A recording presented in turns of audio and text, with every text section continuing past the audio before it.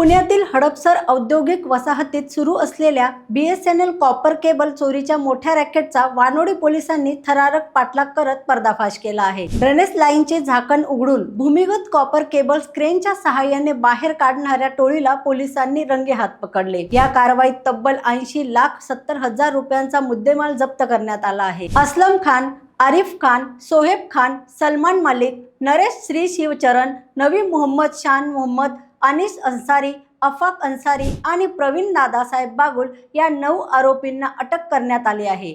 पोलिसांनी दिलेल्या माहितीनुसार हनीवेल कंपनी जवळील आश्रय चहा हॉटेल समोर मध्यरात्री ही चोरी सुरू होती। पोलीस उपनिरीक्षक अल्फाज शेख आणि शशिकांत लोंढे यांच्या पथकाने सापळा रचत आरोपींना पकडले। या कारवाईत 34,80,000ची copper cable, crane, Eicher truck, moped आणि इतर साहित्य जप्त करण्यात आले। दरम्यान अटक आरोपी प्रवीण बागुल हा वंचित बहुजन आघाडीच्या झोपडपट्टी सुरक्षा समितीचा पुणे शहराध्यक्ष असल्याची माहिती समोर आल्याने प्रकरणाला राजकीय रंग चढण्याची शक्यता व्यक्त केली जात आहे। फरार आरोपी सरताज हुसेन, अमन तौफिक, अली मोहम्मद उर्फ लल्लन आणि अनिल देंडे यांचा पोलिसांकडून शोध सुरू आहे। रोकठोक महाराष्ट्राला सबस्क्राईब करा आणि बेल आयकॉनवर क्लिक करायला विसरू नका।